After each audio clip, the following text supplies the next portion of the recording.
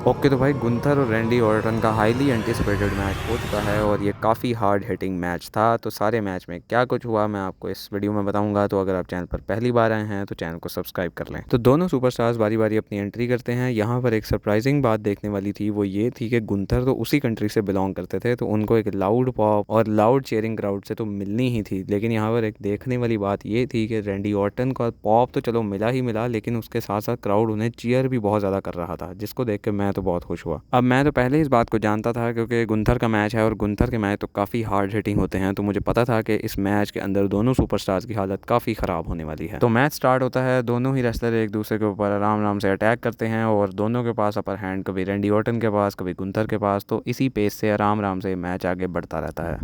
अब दोनों ही एक दूसरे के ऊपर अटैक कर रहे होते हैं, तो गुंथर का इसी अटैक के दौरान जो है वो बाजू थोड़ा सा इंजर्ड हो जाता है। अब उसके बाद रैंडी ऑर्टन गुंथर को मारते मारते टेबल के ऊपर लाते हैं और टेबल के ऊपर उनको एक बार मारते हैं और उसके बाद उन्हें रिंग के अंदर ले जाते हैं। अब रैंडी ऑर्टन ने यहाँ पर स्टील स्टेप्स का यूज़ करना होता है, लेकिन कमेंट्री से हमें यह पता लगता है कि अगर रैंडी ऑर्टन यहाँ पर स्टील स्टेप्स का यूज़ करेंगे तो ये मैच डिस्क्वालिफिकेशन में चला जाएगा और गुंथर ईजिली अपने टाइटल को रिटेन कर लेंगे। लेकिन हम मैच के अंदर देखते हैं कि Randy Orton still steel steps को लेते हैं, उनको टेबल के पास सेटअप करते हैं और गुंथर को 2-3 बार उसके ऊपर मारते भी हैं। वो गुंथर के हेड को काफ़ी हार्डली उन स्टील स्टेप्स के ऊपर हिट करते हैं, लेकिन मैच तो डिस्क्वालीफाई नहीं होता। तो हो सकता है उन्होंने गलती से कमेंट्री में ऐसा बोल दिया हो, ऐसा मैच में नहीं होना था। उसके बाद रैंडी ऑर्टन ये करते हैं कि वो स्टील स्टेप्स के ऊपर चढ़ते हैं, गुंथर को भी ऊपर लेकर आते हैं और फिर जोर से गुंथर को उस टेबल के ऊपर मारते हैं, जिससे वो अनाउंस टेबल टुकड़े टुकड़े हो जाता है। और मारने के बाद वो स्टील स्टेप्स के ऊपर खड़े होते हैं और अपना सिग्नेचर मूव वो वहाँ पर दिखाते हैं, जिसको क्राउड देखकर बहुत ही खुश होता है। जैसे मैंने आपको पहले बताया, क्राउड गुंथर के साथ साथ रैंडी ऑर्टन को भी उतना ही चीयर कर रहा था। अब ये दोनों इसके बाद जब रिंग के अंदर होते हैं तो रैंडी ऑर्टन गुंथर को मारते हैं और उसके बाद फाइनली एक आरकेओ गुंथर के ऊपर हिट कर देते हैं, जिसके ऊपर 1, 2 और 3 के ऊपर गुंथर जो है वो बेयरली किक आउट करते हैं। अब उसके बाद होता यह है कि रैंडी ऑर्टन जो है वो अपने अपर हैंड को कंटिन्यू करने की कोशिश करते हैं, लेकिन गुंथर उसके बाद अटैक कर देते हैं और गुंथर जो है वो रैंडी ऑर्टन के ऊपर थोड़ा अटैक करने के बाद उनको अपने सबमिशन होल्ड में फंसा लेते हैं। अब रैंडी ऑर्टन यहाँ पर काफ़ी स्ट्रगल कर रहे होते हैं और सबमिशन होल्ड के अंदर, और फिर यहाँ पर वैसे टैप आउट का तो बिल्कुल ही चांस नहीं बनता था क्योंकि of course it's Randy Orton. लेकिन रैंडी ऑर्टन जो है वो स्ट्रगल करते करते अपनी पूरी जान मारते हैं और सबमिशन होल्ड से ब्रेक कर जाते हैं। लेकिन अनफॉर्चुनेटली जो होल्ड से ब्रेकअप होता है वो बहुत ही कुछ सेकंड्स का होता है और उसके बाद गुंथर दोबारा रैंडी ऑर्टन को पकड़ लेते हैं और अब रैंडी ऑर्टन उस होल्ड में फंसे होते हैं। रैंडी ऑर्टन काफ़ी देर उस होल्ड में फंसे रहते हैं लेकिन टैप आउट नहीं करते और फिर उसके बाद वो वहाँ पर पास आउट कर जाते हैं, जिसके ऊपर गुंथर सक्सेसफुली अपनी वर्ल्ड हैवीवेट चैंपियनशिप को रिटेन कर लेते हैं। अब मैं अपना बताऊं तो जहाँ पर रैंडी ऑर्टन ने होल्ड को ब्रेक किया था वहाँ पर मुझे लग ही रहा था कि उन्होंने दोबारा रैंडी ऑर्टन को पकड़ लेना है और यहाँ पर मे बी जो एंडिंग है वो पास आउट में ही होनी है।